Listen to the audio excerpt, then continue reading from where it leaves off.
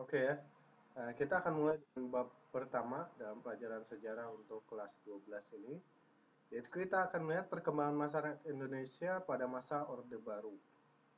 Nah, mungkin teman-teman di sini sebagian besar lahir pada masa Orde Baru ya, era 80-an, 90-an itu ada era Orde Baru. Kenapa? Karena Orde Baru itu boleh dibilang berkuasa cukup lama di Indonesia, selama kurang lebih 32 tahun. Ya, dihitung sejak lahirnya Super Semar tahun 1966 sampai dengan terjadinya reformasi tahun 1998 ya. Jadi itu ada kurang lebih 32 tahun ya. Oke, kita akan melihat perkembangan masyarakat Indonesia pada masa Orde Baru itu seperti apa ya. Kita waktu kita nggak lama ya, kita kelas ini hanya 1 jam saja, jadi kita optimalkan sambil menunggu teman-temannya yang lain.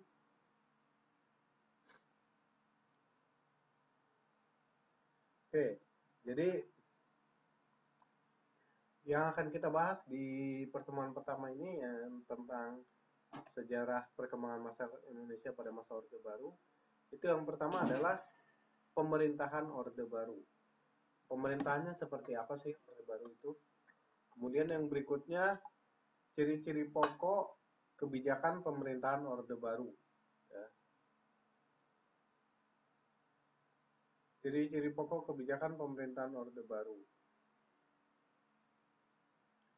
Kemudian yang berikutnya adalah meningkatnya peranan negara dan dampaknya bagi masyarakat.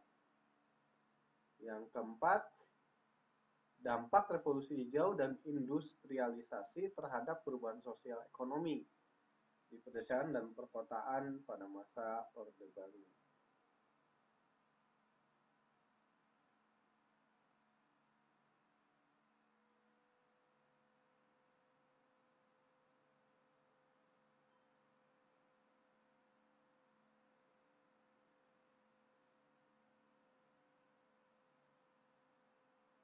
Oke, kita mulai dengan bagian yang pertama, yaitu pemerintahan Orde Baru.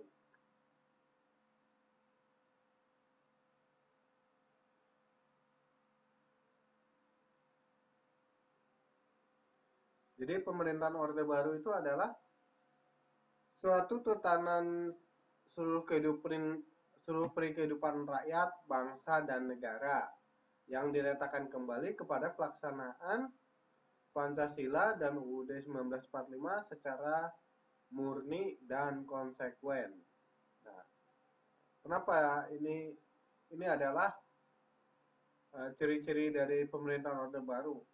Jadi melaksanakan Pancasila secara murni dan konsekuen.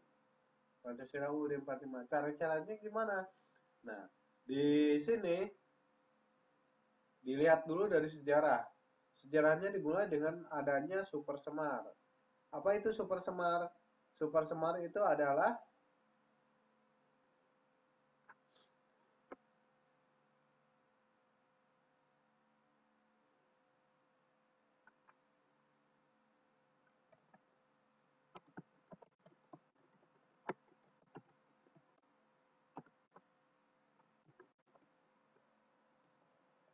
jadi surat perintah 11 Maret tahun 1966. Ya, itu isinya apa? Itu adalah salah satunya adalah memberikan wewenang atau kekuasaan kepada Letnan Jenderal Soeharto waktu itu untuk menyelesaikan kasus pemberontakan G30 SPKI. Ya, ini yang harus diketahui. Kemudian yang paling penting lagi di sini adalah yang sampai sekarang pun masih berlaku, ya, yang sampai hari ini pun masih berlaku adalah TAP MPRS nomor 25 tahun 1966.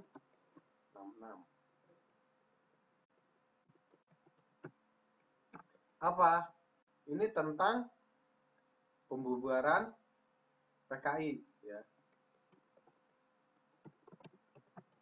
Jadi pembubaran pelarangan PKI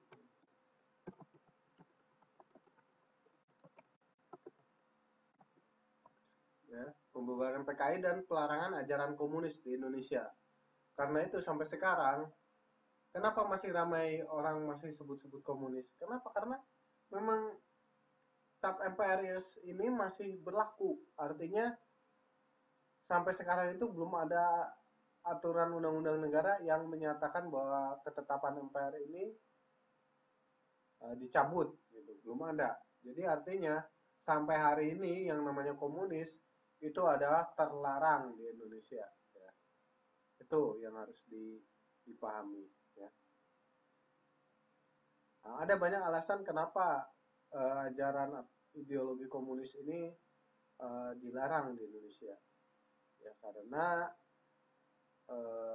komunis sudah 2 kali melakukan pemberontakan. Ya. Pertama pada tahun 1948 pada saat Indonesia baru merdeka 3 tahun. Ya. Kita merdeka tahun 45, tahun 48 udah ribut. Ya. Kemudian pada tahun 66, ya, itu 2 kali.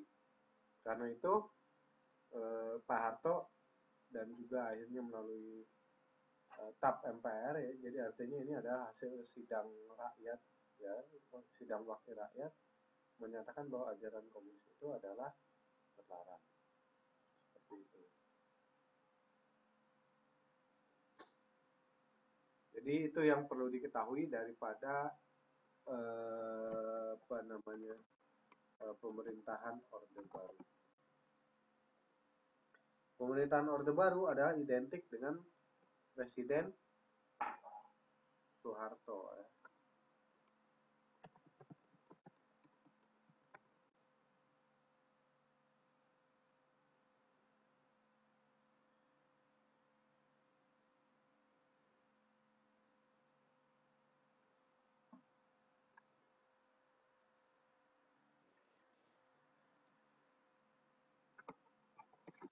Nah, ini videonya bisa kita lakukan.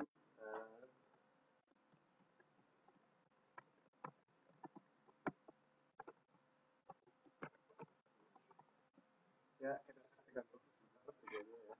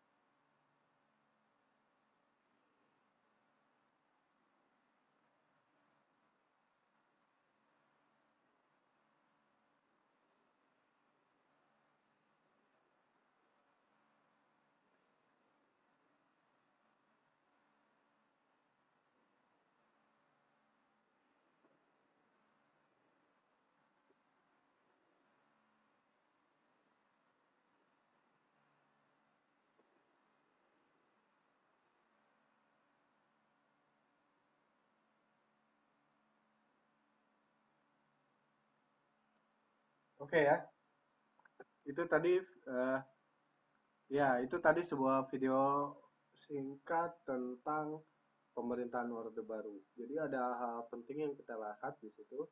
Yang pertama ada Super Semar. Bahwa pemerintahan ini dimulai dengan lahirnya Surat Perintah 11 Maret.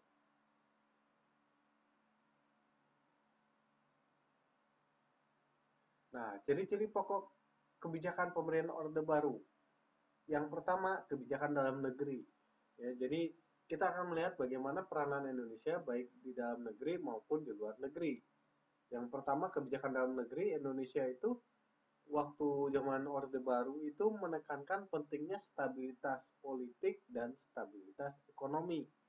Jadi ini dua kata kuncinya. Jadi hal penting di sini adalah stabilitas politik dan stabilitas ekonomi. Oh, ini salah nih. Oh, ketik maaf.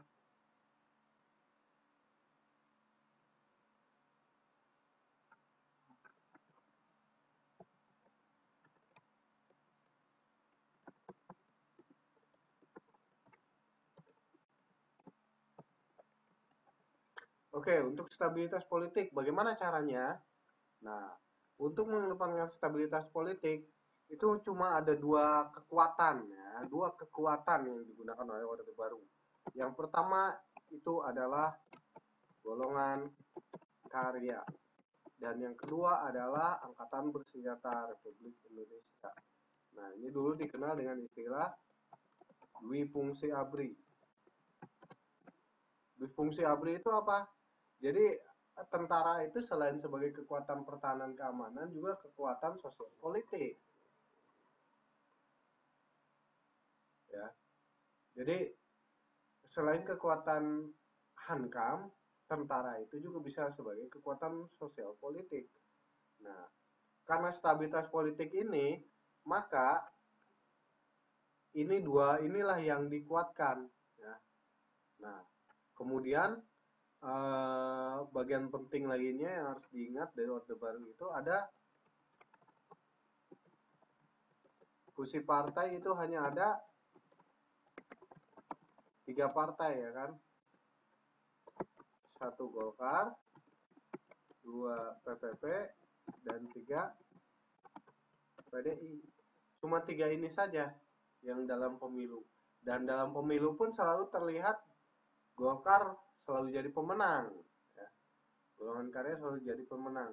Selama berapa kali mengadakan pemilu di era Orde Baru, Golkar selalu jadi pemenang. Itulah kata kuncinya adalah stabilitas politik.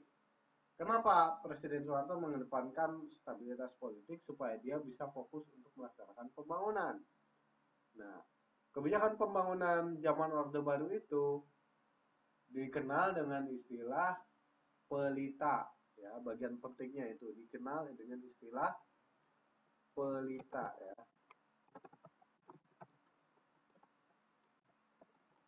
Pembangunan 5 tahun. Ya.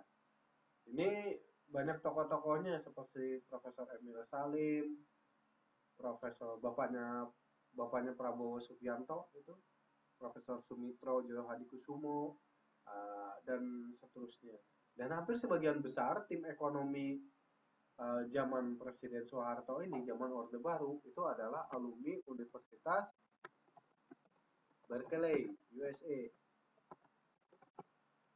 Makanya di sini dikenal ada istilah mafia Berkeley. Jadi tim ekonomi Indonesia itu oleh mafia Berkeley. Kenapa? Karena ya sesama alumni Berkeley yang bekerja, ya, yang akhirnya dikatakan bahwa Indonesia beraliran kapitalisme, ya, karena pembangunannya modelnya seperti itu. Ini model pembangunan dari luar negeri.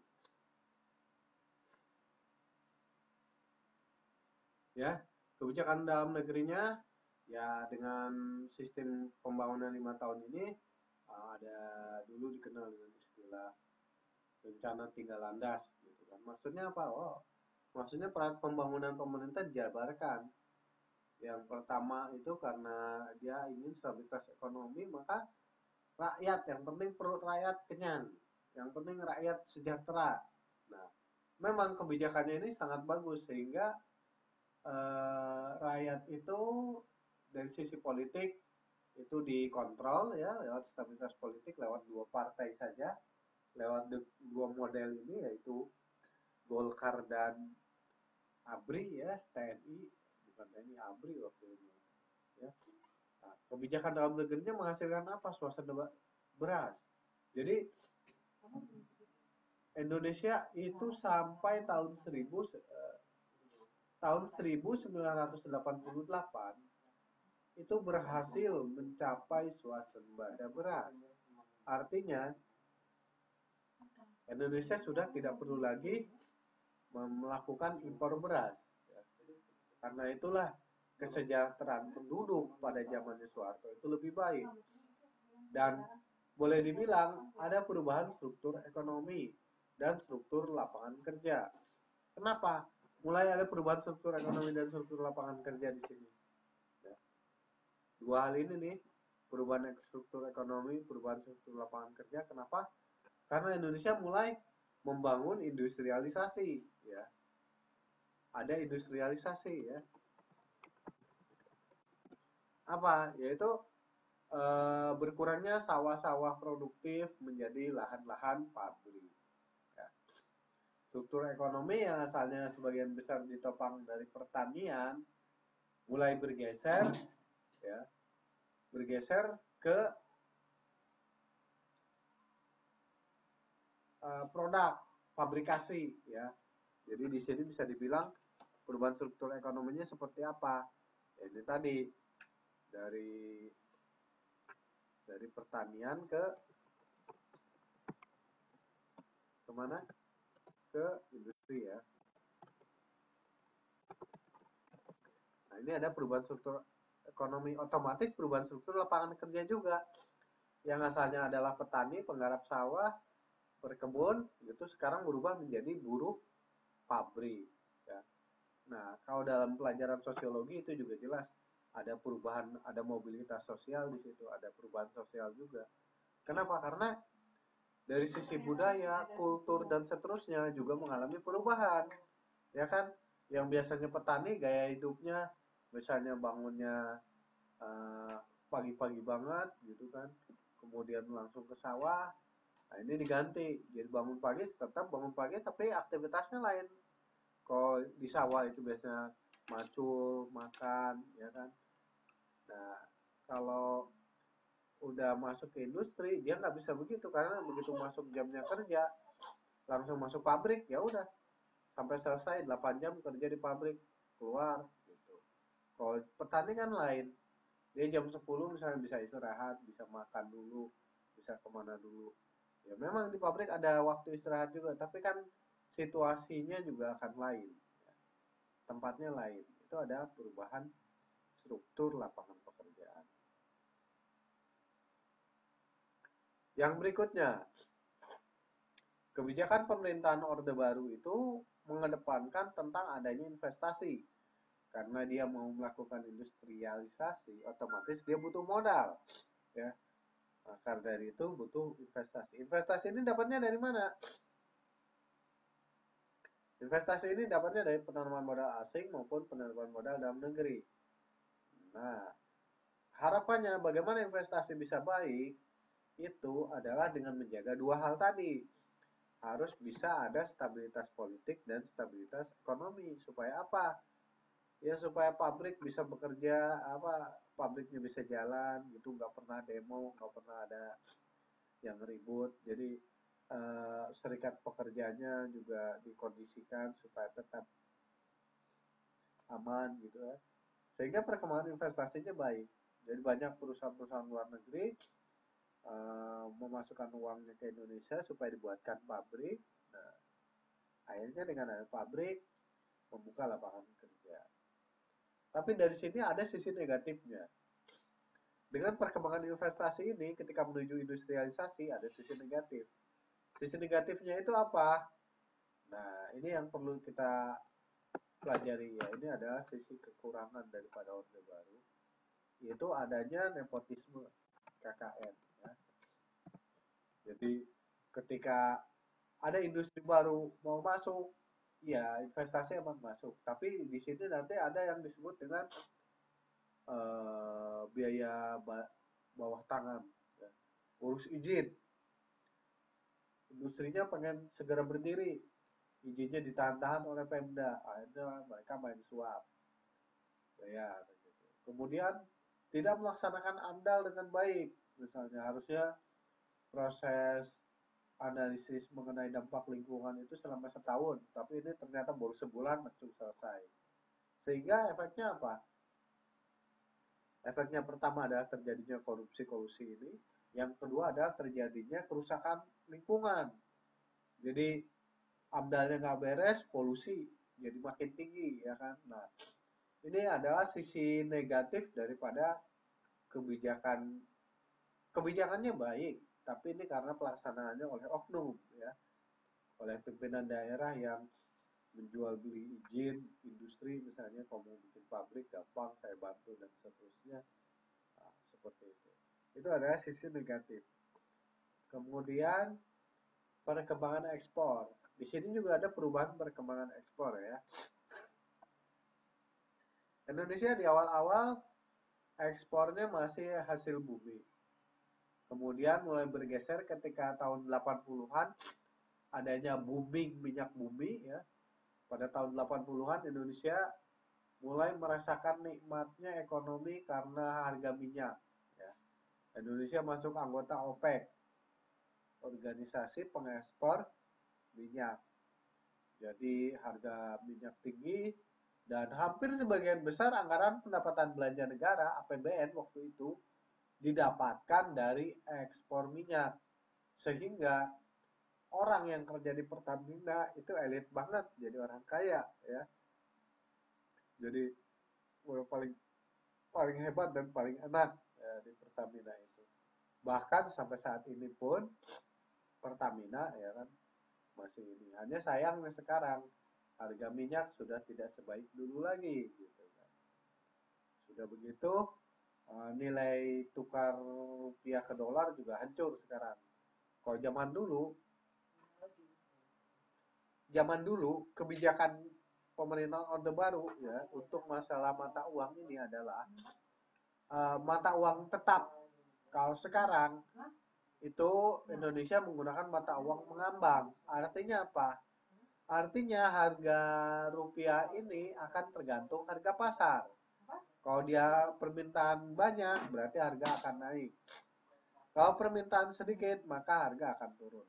Makanya teman-teman kalau mau transfer uang ke Indonesia kan mesti dicek dulu. Kursnya berapa ini? 1 NT berapa dolar? 1 NT berapa rupiah? Ada yang 440, wah lagi tinggi. Kadang 420 atau 415, oh lagi turun. Nah, kan seperti itu. Nah, kalau zaman dulu, ya zaman Orde Baru, waktu itu kebijakannya masih menggunakan kebijakan mata uang tetap. Artinya, itu fixed rate. Jadi, mau kapanpun, mata uangnya tetap. $1 2.000, $1 1.500 rupiah. Udah, itu fix. Nggak pernah naik turun. Dan semua itu berubah ketika terjadi krisis ekonomi tahun 97. Ya. Ketika terjadi krisis ekonomi, maka kebijakan Indonesia berubah dari yang asalnya mata uang tetap mengganti menjadi mata uang mengambang atau flat sehingga mengikuti harga dunia. Efeknya apa? Efeknya adalah harga dolar naik turun sesuai perkembangan dunia dan harga dolar meroket dari asalnya 2.500 rupiah $1 pada tahun 97 itu sempat menembus 16.000 rupiah untuk $1 ya, atau bahkan sampai 19.000 rupiah untuk $1. Nah, sekarang tahun ini setelah reformasi zamannya Megawati, Gus Dur, Habibie, zaman Habibie berhasil menekan sampai harga 6.000 rupiah. Tapi setelah Habibie itu harganya naik terus sampai 7.000, 8.000, 9.000 sampai sekarang di angka 13.000 rupiah untuk $1 ya. Nah, ini adalah uh, perkembangan ekspor yang tentu juga akan mempengaruhi terhadap laju pertumbuhan ekonomi. Jadi Orde Baru waktu itu pertumbuhan ekonominya sangat baik, boleh dibilang baik dan sangat baik. Kenapa? Karena per tahun itu bisa tumbuh lebih dari 5%, bisa sampai 7% pertumbuhan ekonominya. Artinya, apa artinya pertumbuhan ekonomi tinggi ini? Artinya terjadinya lapangan pekerjaan, meningkatnya kesejahteraan penduduk, dan seterusnya. Jadi, laju pertumbuhan ekonomi ini itu sangat baik zaman Presiden Orde Baru ini, ya, karena kebijakan pemerintahnya seperti itu.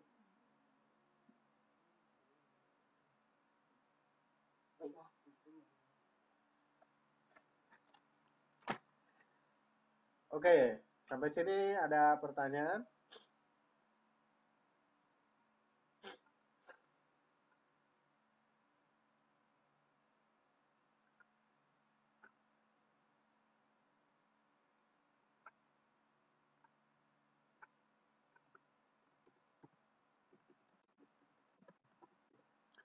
Oke, kita lanjut. Ada pertanyaan tidak? Oke, kalau tidak ada kita lanjut sebentar.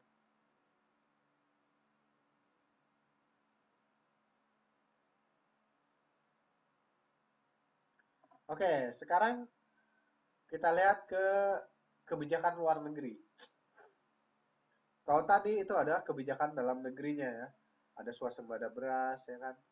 Ada pertumbuhan ekonomi, ada industrialisasi, dan seterusnya. Sekarang lihat luar negeri. Kebijakan luar negeri. Zaman Soekarno, ya, zaman Presiden Soekarno, Indonesia itu keluar dari keanggotaan PBB.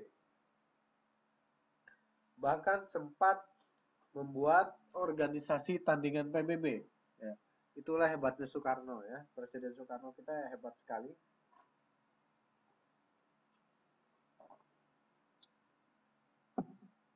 Berani keluar dari PBB. Kenapa? Karena waktu itu ribut, konfrontasi dengan Malaysia, ya. Kenapa konfrontasi dengan Malaysia? Itu terkait dengan Kalimantan Utara, ya, Kalimantan Utara, Kaltara, ya.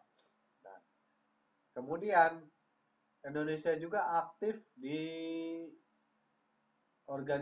membentuk organisasi negara-negara di kawasan atau di regional. Nah, kita kenal di sini yang namanya ASEAN. ASEAN dulu dibentuk berapa negara? Masih ingat? ASEAN itu dibentuk berapa negara? Indonesia, Thailand, Singapura, Malaysia, dan Filipina.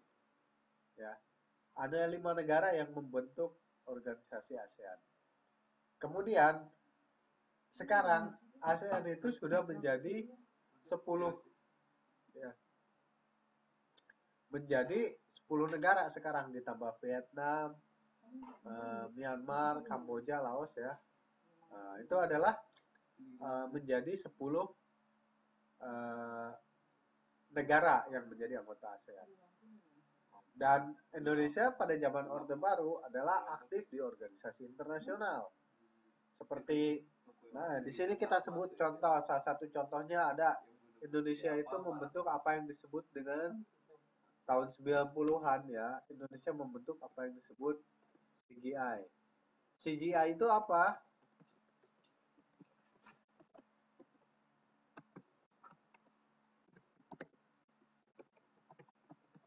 Ya, CGI itu adalah singkatan dari Consultative Group of Indonesia. Maksudnya apa? Maksudnya ada kelompok diskusi negara-negara yang membangun Indonesia, yang berinvestasi di Indonesia. Ya, siapa aja yang ikutan di sini? Misalnya, kita kenal Jepang, ya, kemudian Amerika, Jepang, Amerika, kemudian negara Inggris, kemudian negara lain yang masuk ke dalam CGI ini, ya.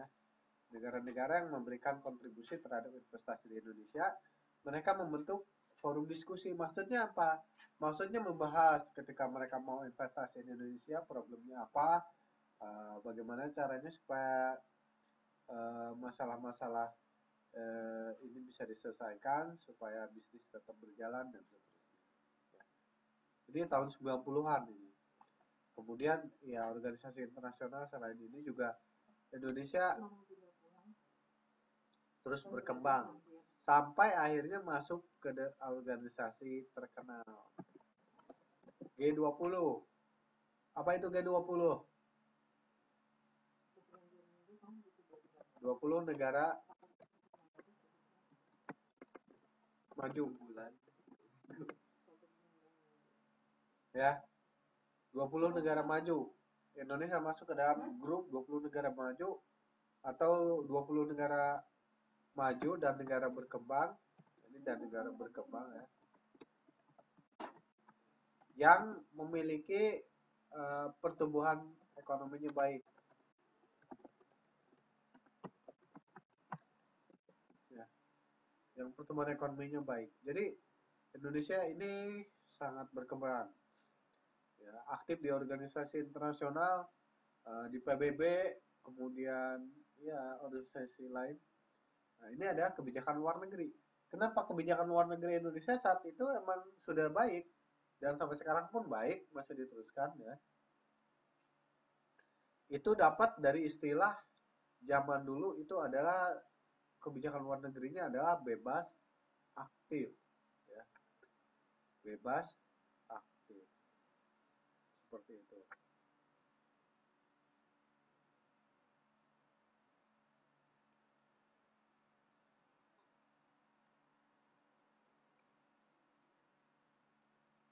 Nah, sekarang kita lihat meningkatnya peranan negara dan dampaknya bagi masyarakat.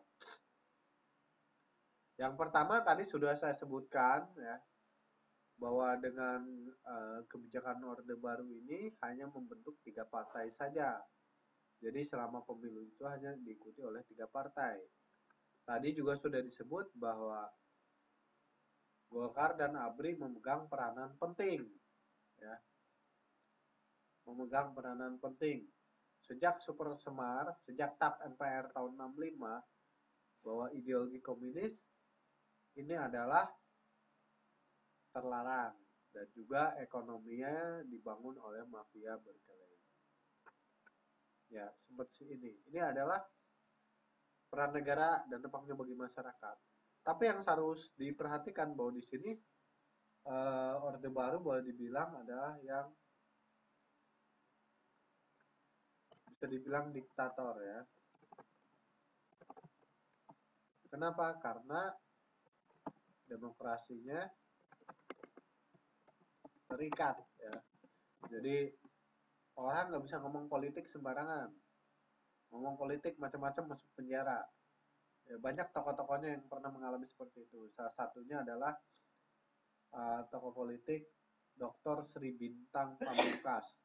Sri Bintang Pamungkas itu adalah dosen Universitas Indonesia.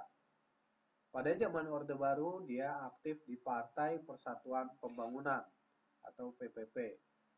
Nah, dia aktif mengkritik pemerintah, menyampaikan hal kritik terhadap pemerintah sehingga dia mengalami masa-masa tidak menyenangkan, masuk penjara. Kenapa? Karena zaman dulu masih ada pasal karet dari pasal hukum subversif. Ya. Jadi ada yang disebut dengan pasal subversif. Ya, kalau sekarang mungkin ini sekarang bisa dikenal dengan pasal makar ya. Kalau sekarang dikenal dengan pasal makar. Kalau zaman dulu tahun sebelum reformasi itu pasal subversif itu masih aktif. Orang salah omong sedikit bisa jadi masalah. Jadi itu tadi orang lebih banyak diam, nggak berani kritik, nggak berani apa. Makanya demokrasinya terikat, politiknya tidak berkembang, tidak baik. Bisa dibandingkan lah. Setelah reformasi tahun 98 banyak berdiri partai-partai. Ada Partai Demokrat, ada Partai PKB, ya kan, Partai Kebangkitan Bangsa, ya, PKB, PPP, kemudian ada Partai Amanat Nasional ya, PAN. Itu adalah kemudian Partai Keadilan Sejahtera itu semua terbangun setelah kegiatan reformasi. Jadi setelah reformasi baru ada partai-partai tersebut. Sebelumnya cuma ada 3 partai, yaitu PPP, PDI, dan Golkar. Dulu masih ada pasal supersip, sehingga efeknya apa? Masyarakat takut. Jadi demokrasinya terikat, boleh dibilang demokrasi terpimpin, karena segala sesuatu tergantung presiden. Jadi lembaga kepresidenan itu sangat sangat kuat. Ya.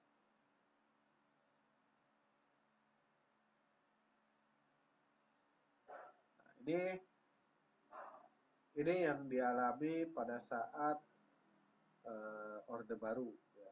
Orde Baru itu sampai mengadakan apa yang disebut dengan penataran P4. Ya, apa? Pedoman penghayatan dan pengamalan Pancasila. Kenapa? Kenapa demikian? Karena Orde Baru, sekali lagi, Orde Baru itu punya tujuannya adalah suatu tatanan seluruh kehidupan masyarakat bangsa dan negara yang diletakkan kembali kepada pelaksanaan Pancasila dan UUD 45 secara murni dan konsekuen. Nah, ini nih, poin ini nih, ya. Pancasila UUD 45 secara murni dan konsekuen di bagian ini itu dilaksanakan dengan cara apa? Ya, kita kenal adanya penataran P4, ya. Pedoman penghayatan pengamalan Pancasila ya dari mulai SMP sampai SMA sampai kuliah ya. Sampai pegawai pun PNS itu ikut penataran P4. Ada modelnya 40 jam ya. Ya, kayak SMA itu model 40 jam ya. Model 40 jam, kemudian ada model 100 jam. Jadi kalau model PNS itu ikut penataran P4-nya itu sampai 100 jam. Jadi kurang lebih seminggu atau 2 minggu. Isinya dengerin ceramah semua. Isinya apa? Menekankan ideologi Pancasila dan menyatakan komunis sebagai terlarang. Jadi mengantisipasi gerakan komunis. Ini adalah Orde Baru. Karena itu kita lihat bagaimana Orde Baru itu benar-benar melarang komunis. Bahkan gerakan orang komunis pun sampai dibatasi. Ya, KTP-nya dikasih tanda, kemudian keluarganya, keturunannya dikontrol, ya. Ya itulah zaman Orde Baru. Oke, sampai sini ada pertanyaan tidak?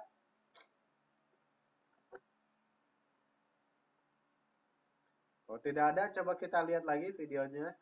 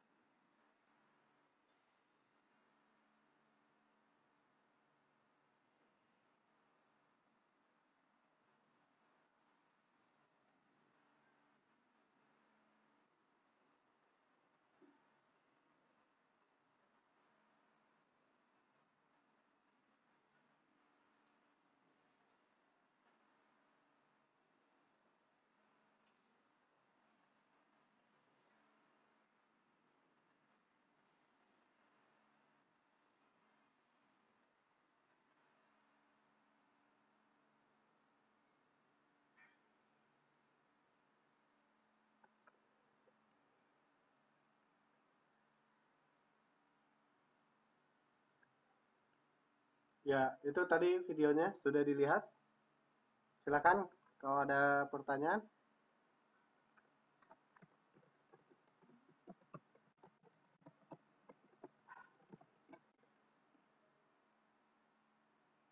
Ya, silakan.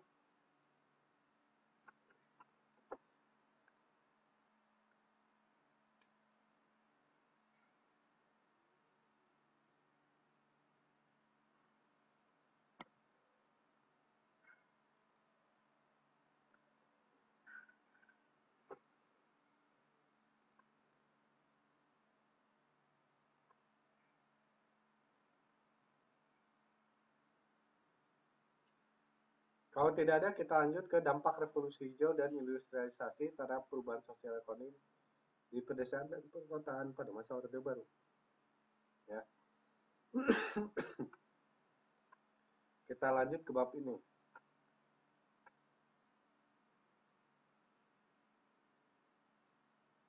Ah, ada pertanyaan, apakah itu revolusi hijau?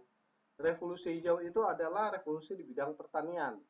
Yaitu apa? Yaitu dengan ditemukannya teknologi yang dimanfaatkan untuk pertanian. Contohnya, penggunaan pupuk, penggunaan uh, bibit unggul, dan seterusnya. Ini adalah dampak daripada revolusi hijau. Nah, dampak revolusi hijau yang pertama yang paling terlihat adalah penggunaan teknologi pertanian. Yaitu apa? Nah, Indonesia mulai mengembangkan beras unggulan, bibit unggul. Beras unggulan Indonesia ya. Ini kita kenal IR64 ya.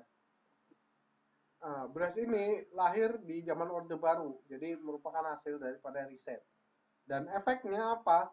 Jadi benih unggul ini kan padinya lebih tahan hama, waktu tanam lebih cepat, maksudnya waktu panennya lebih cepat, kemudian hasilnya lebih banyak.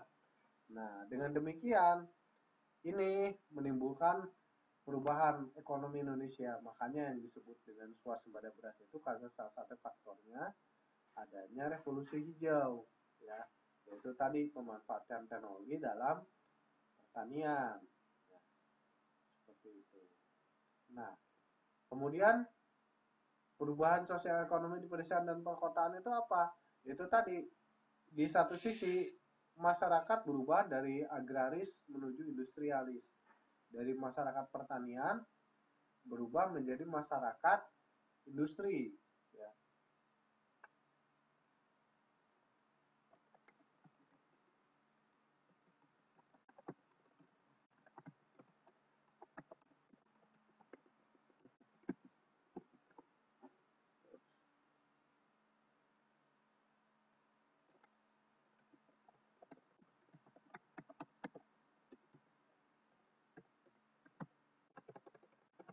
Nah, ini adalah hasil daripada teknologi pertanian ya. Jadi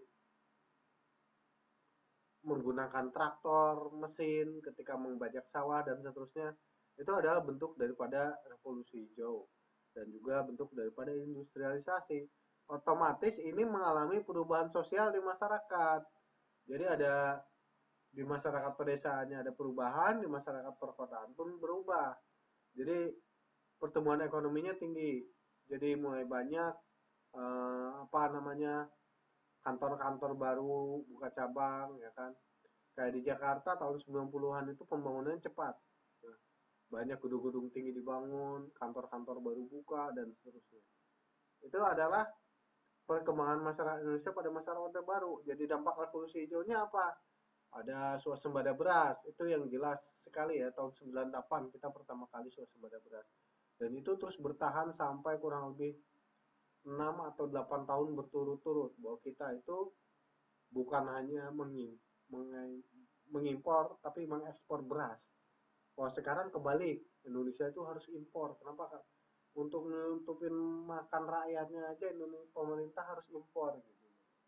Padahal Indonesia katanya tanahnya luas, tanahnya subur. Kenapa nggak dimanfaatkan? Itu yang seharusnya dikembangkan. Nah, dampaknya apa perubahan sosial dan ekonomi buat masyarakat seperti ini? Oke, silakan coba ini dijawab.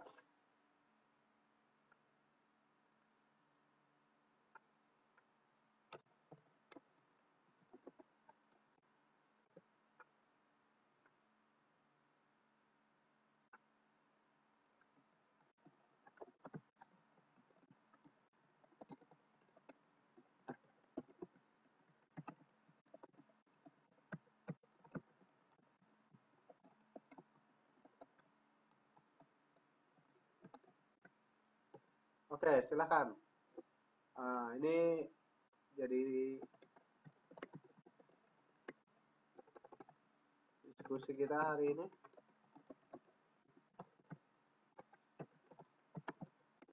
Ayo, masih ada waktu 5 menit. Kita diskusikan apa dampak perubahan sosial ekonomi masalah pelesaan dan pewartaan untuk zaman Orde Baru ini. Silakan. Siapa yang mau bicara atau mau menulis papan tulis? Oke, dibuka mic-nya ya.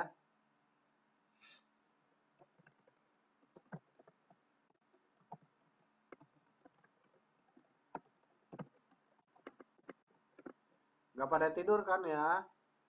Silakan, dijawab.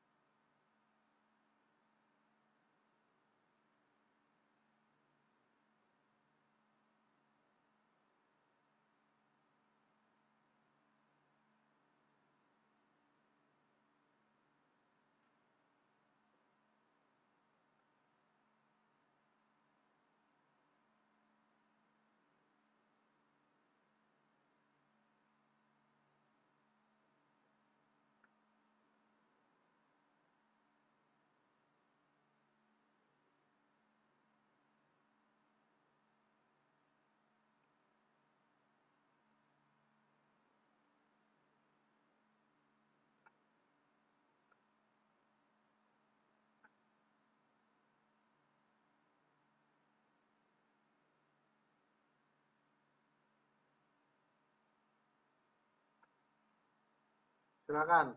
Ayo, ada yang mau memberikan jawabannya? Silakan.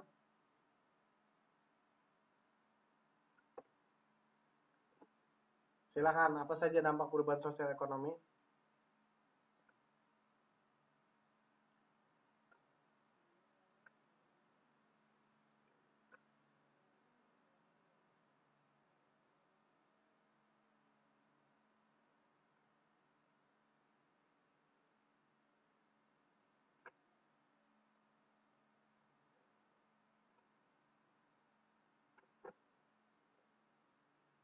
Kemudian apa lagi?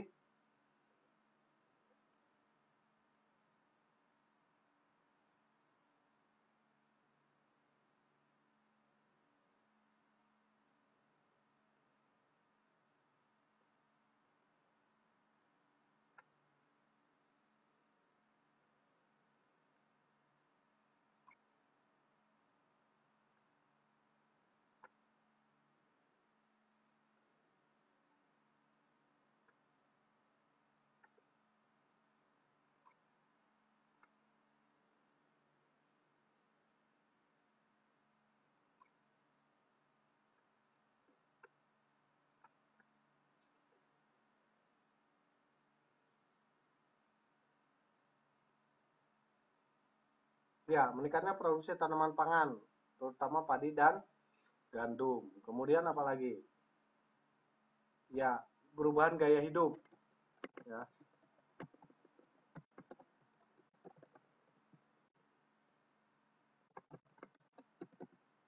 apa? Perubahan gaya hidup masyarakat dari agraris ke industrialis. Ya, dari petani ke buruh ya.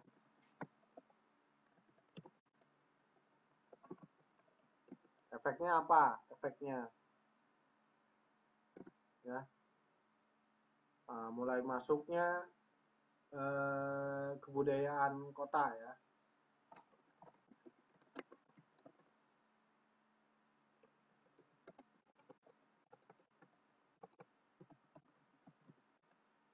Nah, budaya perkotaan ke mana? Ke kampung, ke desa-desa.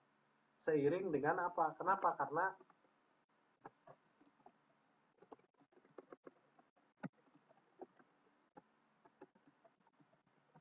naiknya ekonomi di pedesaan seperti itu. Ya, efeknya seperti itu. Silakan.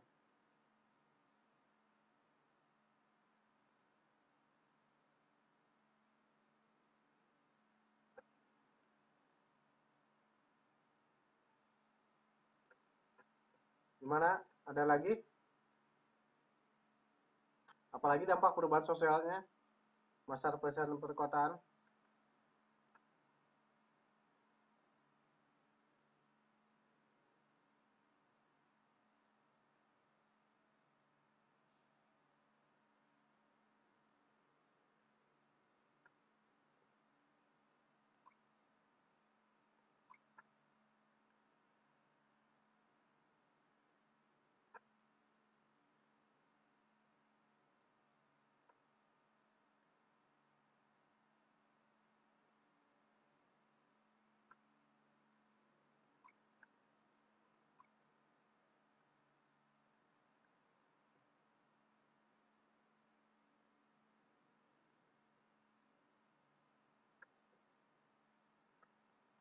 Silakan. Ayo.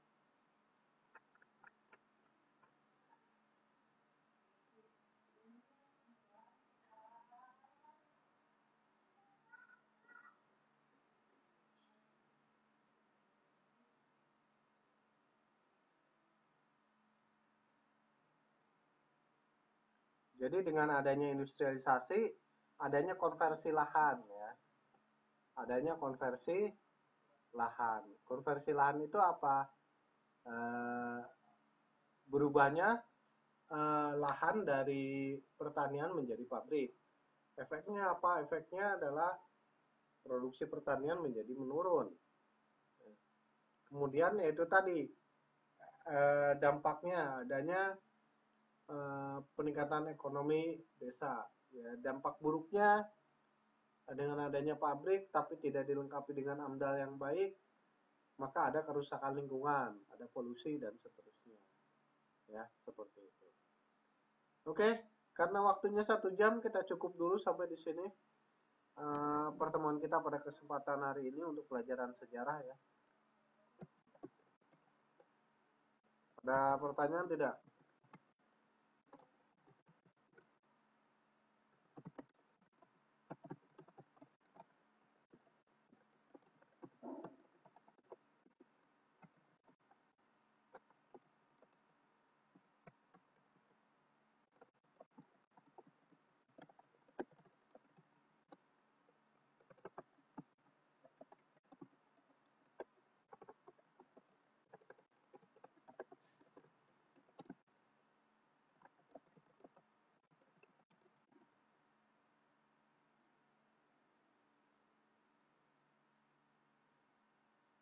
Ini untuk besok masih bisa pagi?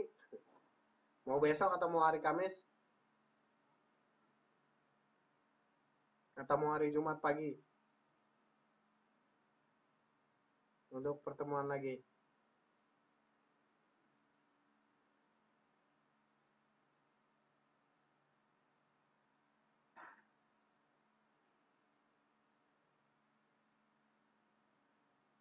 Iya, pagi, pagi, pagi.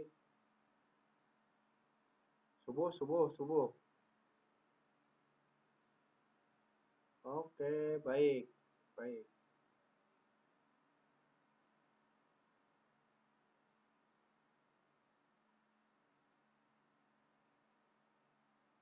Oke, baiklah kalau sepakat.